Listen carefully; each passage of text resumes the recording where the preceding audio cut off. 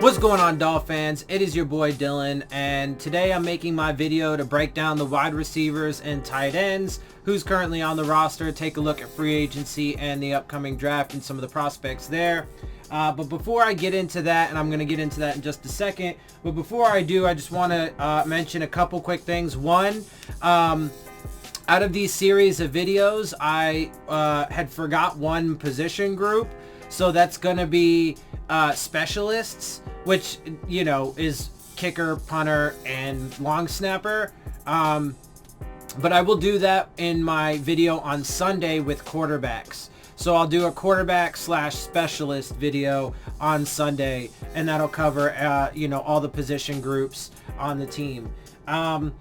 Also, I just wanted to mention really quick that the Dolphins have hired a new defensive backs coach. Obviously, you know, they let Tony Oden go. They and promoted Josh Boyer, so they needed somebody back there. And they picked up, according to multiple sources, but this is from George Wrightster III. He tweeted, Cal defensive back, and that's Cal College, right? The college, Cal State backs. Let's see. Cal defensive backs coach Gerald Alexander is the new defensive backs coach for the Miami Dolphins. He's an instrumental piece in making the Cal secondary one of the best in college football. Excellent hire, young up-and-coming coach regarded as a great defensive mind.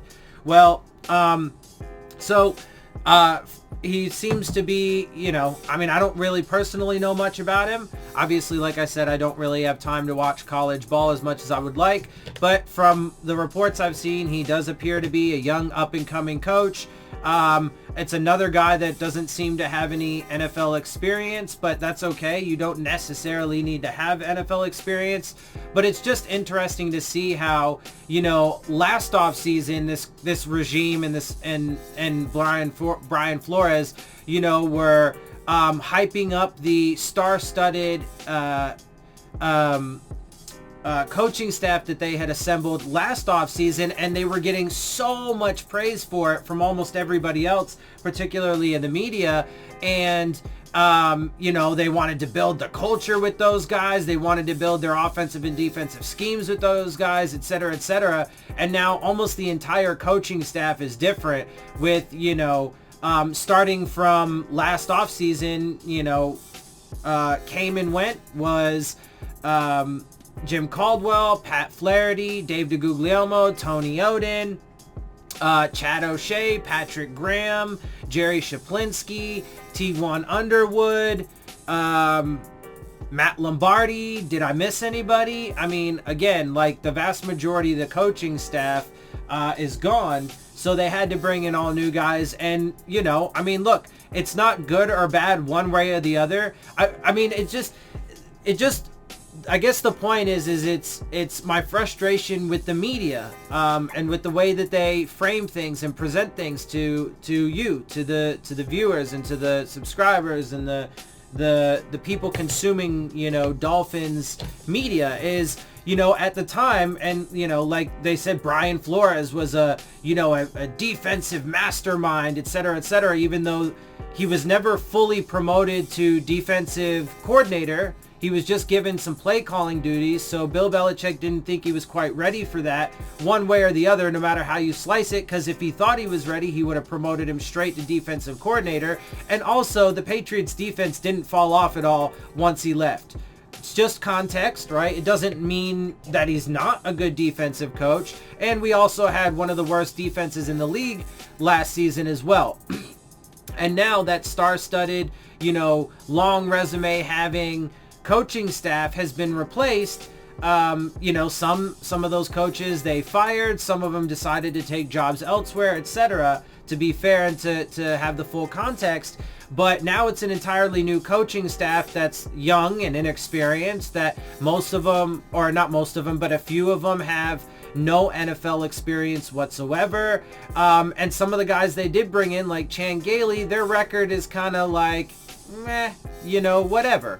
But the bar was set so low from the 2019 season that it shouldn't theoretically be that difficult to pass it, but we'll have to wait and see. Remains to be seen, and obviously we will only know once the 2020 season has been played through and we can look back to see how, all of these changes in the coaching staff and the changes that we expect to see across the roster, how it plays out and how it comes together, if it comes together. So those are the other bits of news really quick that I just wanted to give you. And now let's actually get into the wide receivers and the tight ends. So starting off, we have, who's our first one? Let's see. Trevor Davis, wide receiver. He's been in the league 4 years. He's 26. He's one of those guys that we picked up off the street, etc. He's still a relatively young guy. He's 26, mid-20s. He is a veteran, though. He's been in the league 4 years. He didn't really do a whole lot for us, but he's going to be a guy that I expect to be in camp. Again, as is the narrative with a lot of these young players that we just don't know anything about, or that almost nobody knows anything about. He'll be around. We'll see what he can do. Let's see if he can get a spot going forward. Then we have Isaiah Ford, who's been in the league 2 years. He's 24, out of Virginia Tech. I've actually really liked Isaiah Ford since he was drafted under Gase. He was an Adam Gase pick, and I liked him developmental backup on the roster that we had. I liked the guys. I mean, to be fair, last offseason, I thought it was time for Devontae Parker to go find a new home somewhere else and have a fresh start. But he did prove that he was able to stay healthy. Again, it was never his talent or his ability, but this year he proved he was able to stay healthy so that way he could actually perform.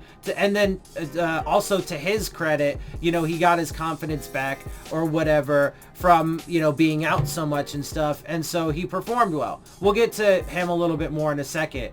But I thought Isaiah Ford behind, guys like him and Jakeem Grant and Danny Amendola and Albert Wilson and Kenny Stills, etc. I thought that was a really good group of wide receivers. They just needed eventually one more guy that was more of like a big body guy, right? Because you have Stills, Grant, and Albert Wilson as your fast, speedy, after the catch kind of guys. And then you had Devontae Parker, and then eventually you would hope that Mike Gesicki would develop into that big, big receiver, 50-50 ball kind of guy, because that's what he was in college. And he broke out a little bit this year in that regard, so he did make some of that progress.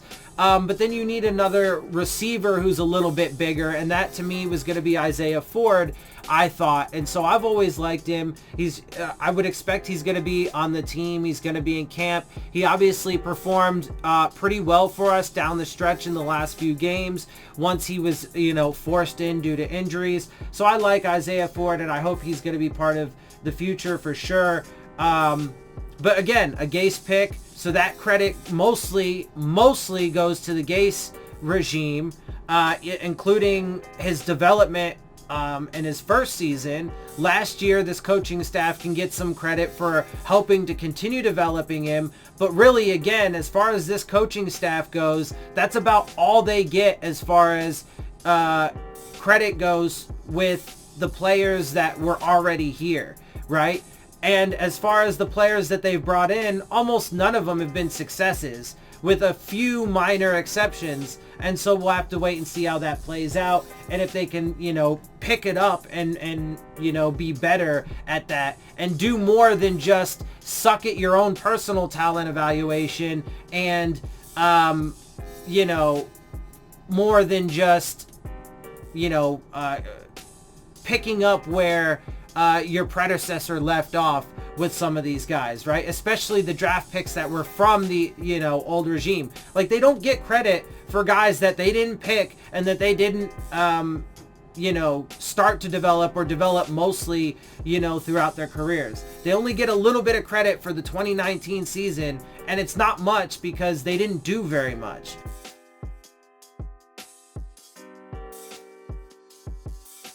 Always loved him, but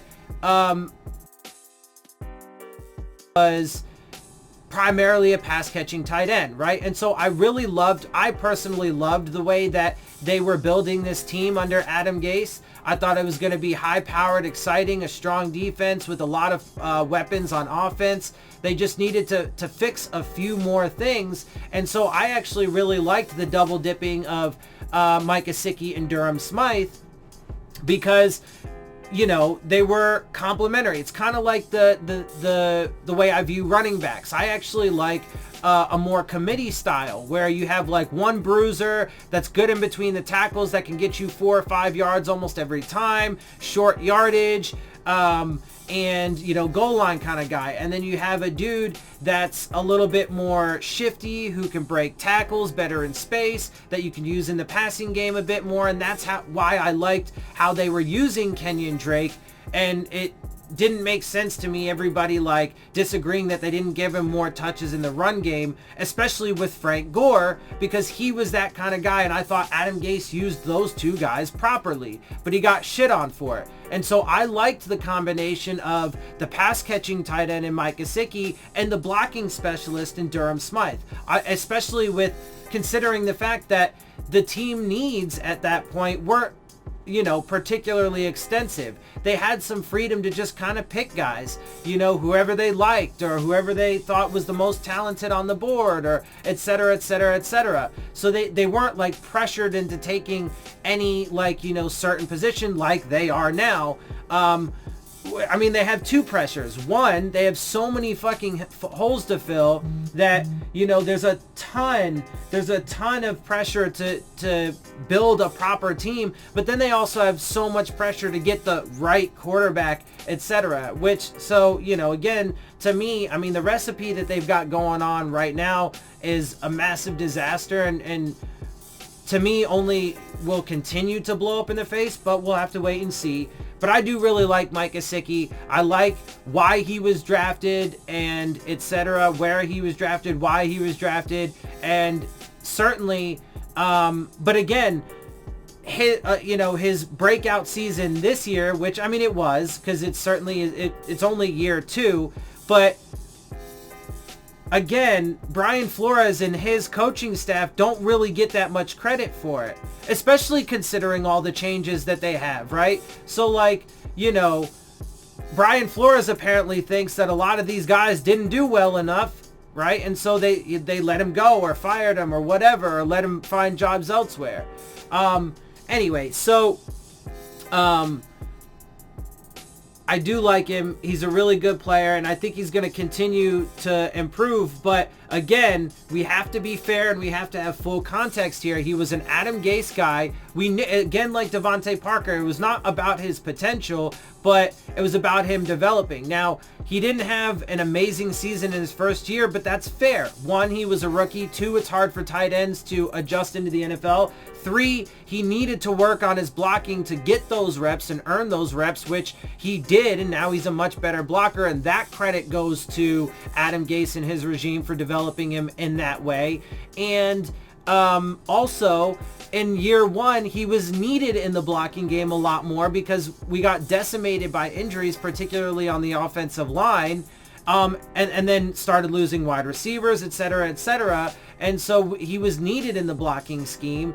And then additionally, this year, part of the reason for his breakout was because we had no run game and we were forced to pass it a lot, and he was one of the only options available. So, when we're doing our evaluations, to do them properly, and we need to make sure that we have the full context. We need to take everything into account, and we need to understand the reasons behind all of this stuff, and why things happen the way they happen. And far too often, I don't think that people take those kinds of things into consideration, and oftentimes just want somebody to blame or blah blah blah, and it's ridiculous. Anyway, let's continue on though. We then have wide receiver Mac Hollins. He was another pickup off the street, 3 years in the league. He's 26. We'll see how that works out. Then we have Allen Hurns. He's 6 years in the league, so obviously a veteran. He's 28. They gave him a contract extension. I don't hate it. He's an all right player and certainly has a place on this current Dolphins roster, but he's just kind of okay. And I don't think he's anything special or going to be, Like he's a solid backup, really, and that's pretty much about it in my mind. But he is going to be, unfortunately, probably one of our starters going forward. So we'll see. Then we have Devontae Parker, 27, 5 years in the league. Now, again, I'm a super big Devontae Parker fan. I wanted him to be our draft pick in the first round in 2015, and I was elated when we got him. I thought he got tons of unfair criticism. He had a breakout season this year, which was spectacular, over 1,200 yards, more catches than he's ever had, and more touchdowns than he's ever had at 9. Wonderful.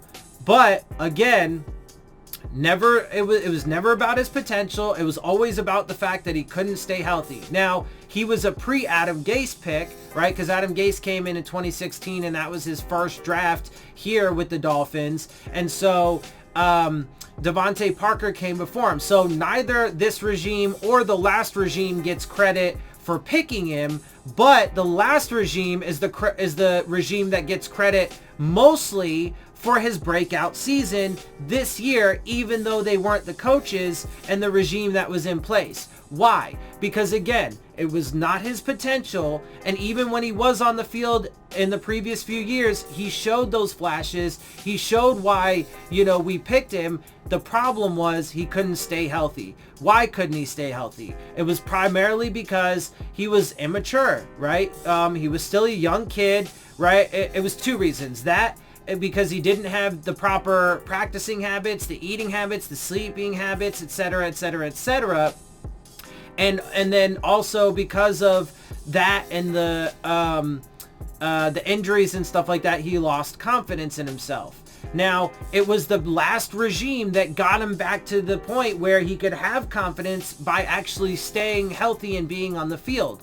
Why? Because they were the ones, and there's significant evidence to show that he changed these habits under the Adam Gase regime. He started eating better. There were tons of reports about how he was doing that. Eating better, sleeping better, had a better routine, was having better practice habits, and having guys like Danny Amendola there, great veterans with the best work ethic. Same thing with Cameron Wake, and Frank Gore, different positions, but those guys are the epitome of work ethic. So having guys like that around, not to mention, Frank Gore is is a record-setting running back, with incredible longevity.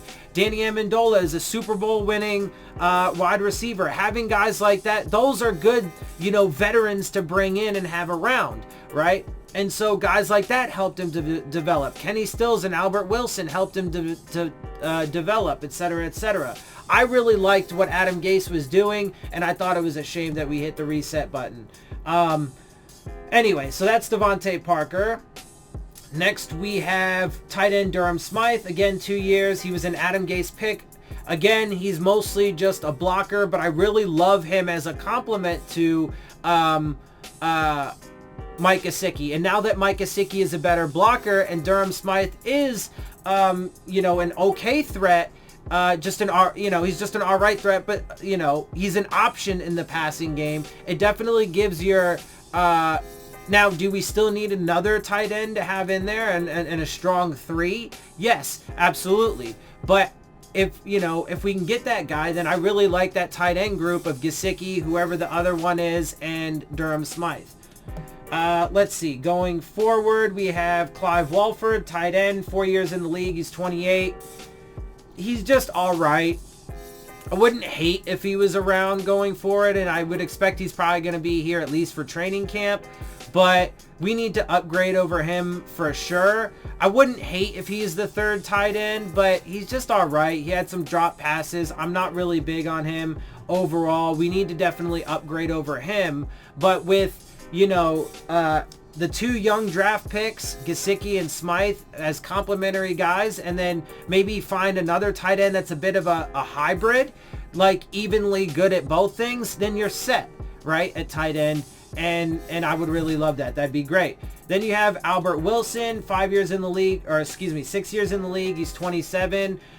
He does have a little bit of an injury history now, especially, some ones that can be concerning for a player at his position, like the hip. But he did come on strong towards the end of the season and showed potential and why we brought him in the first place. And he was an example of a good young free agent player that has high upside and high potential that came at a cheap cost. And that's what Adam Gase wanted to do, and the regime under his leadership, or whatever, or with his leadership. Not be big spenders in free agency, but bring in guys like that. And especially in his system, and the system that he was building and the team that he was building, he was a wonderful piece, and we saw that. The explosive plays out of him, Kenny Stills and Jakeem Grant were fantastic to go along with bigger guys like, you know, Mike Gesicki and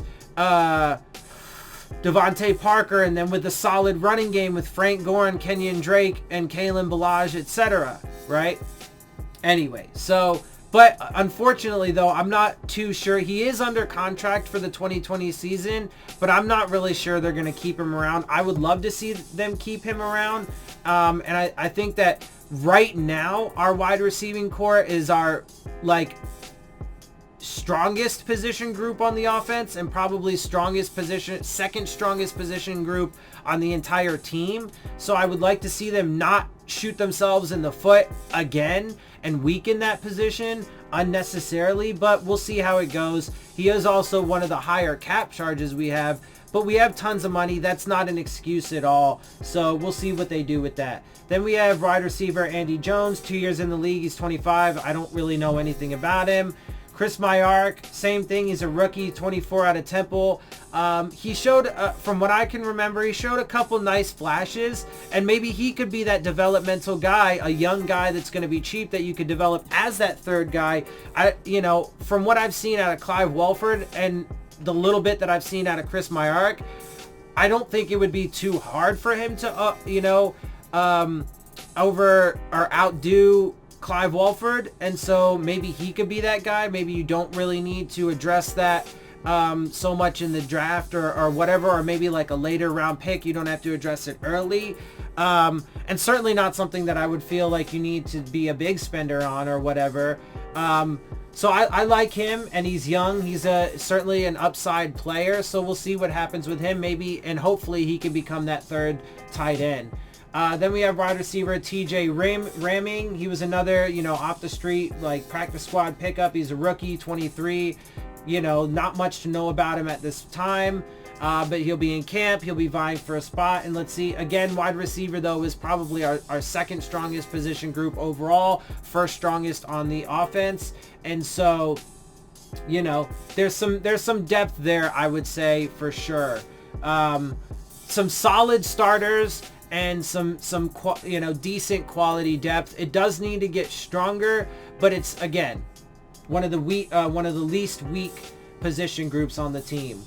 But overall, for full context, that's not a very high bar with this team as it stands right now. Then you have Terry Wright, wide receiver. He's a rookie, 22, out of Purdue.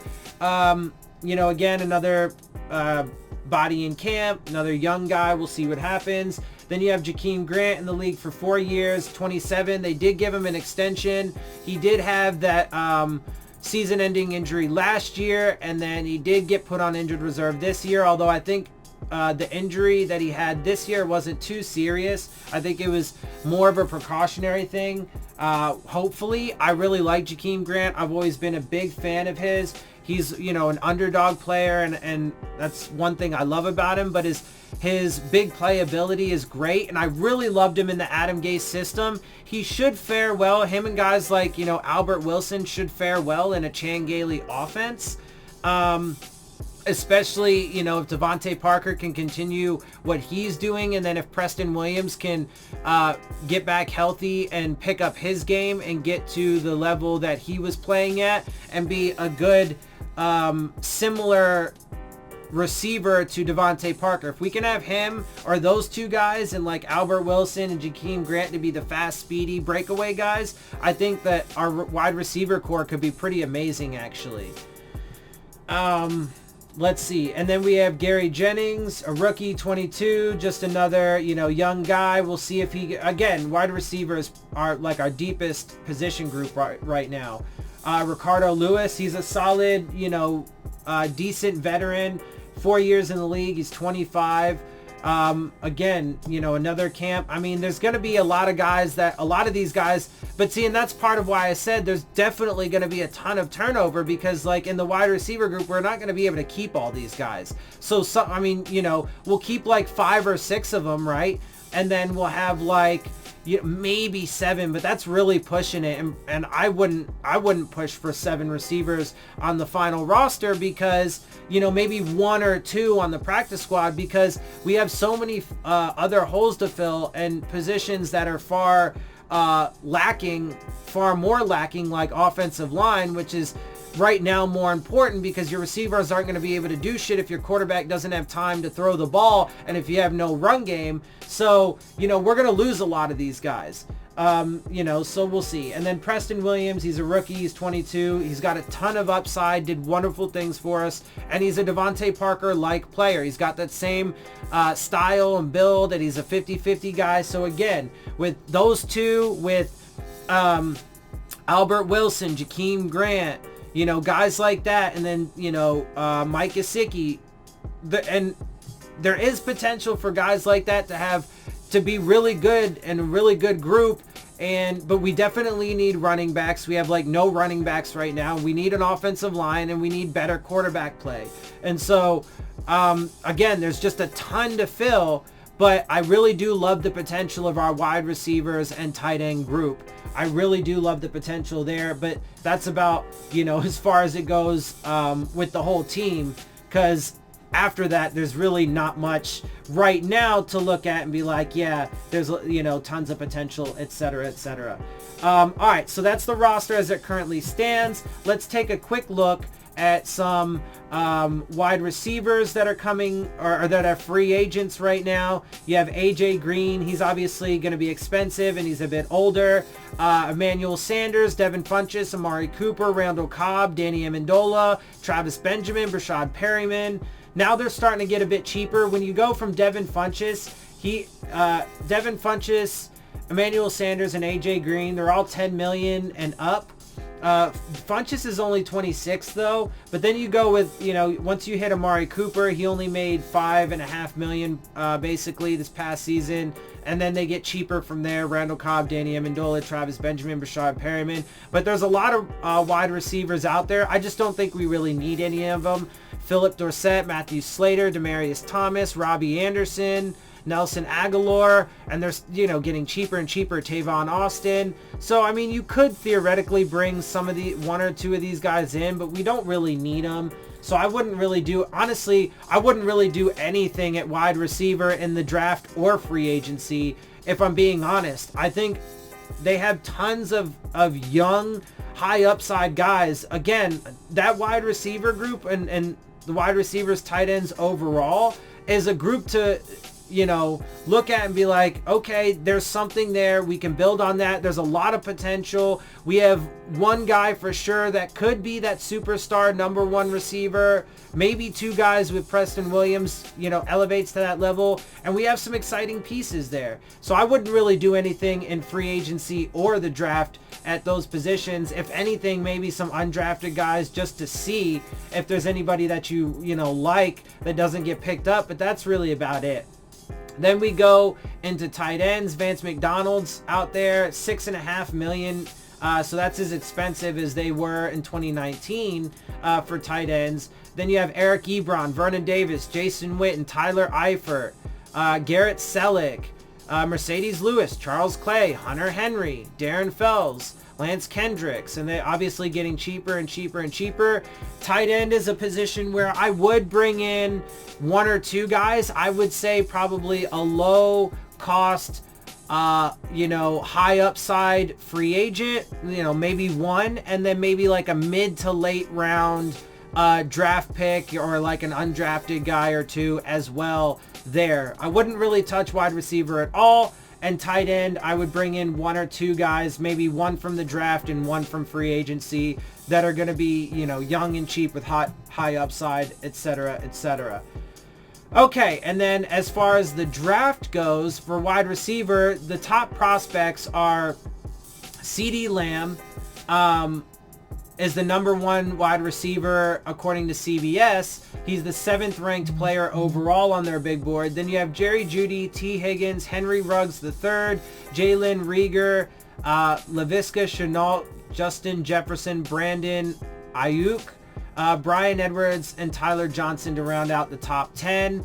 Again, I wouldn't touch wide receiver like at all. And tight end, I wouldn't take a tight end early in the draft. Again, for me, it would be later on. So probably none of these guys would end up on the Dolphins if I was picking. But your top 10 here are Cole Kmet, Bryson Hopkins, Hunter Bryant, Jared Pinkney, Jacob Breland, Albert Okwuegbunam, holy Jesus, I'm sorry, Cheyenne O'Grady, Harrison Bryant, Devin Asiasi, Adam Troutman. So those are your top 10 for tight ends. Again, for me, if I was going to take a tight end, in the draft, I would take one mid to late rounds at the highest, probably like round 4 at the highest. And that's really only if there's a guy that drops that you really like, that you would, think to take at that position. Otherwise, mid to late round, and then like one young, cheap, high upside guy in free agency, and you would be good to go. No wide receivers except for maybe undrafted, guys or whatever. All right, and with that wraps it up for my wide receivers, tight ends video. I hope you guys enjoy my videos and enjoy my perspective. If you do, make sure you hit the subscribe button, make sure you hit the like button, make sure you hit the bell if you want to get the alerts. Share my videos with your friends and family. Leave your questions, comments, and concerns down in the comment section. And of course, as always, make sure you follow me on Twitter at Dillon Tartaro. And with that, I am out. I'll see y'all soon. Fins up.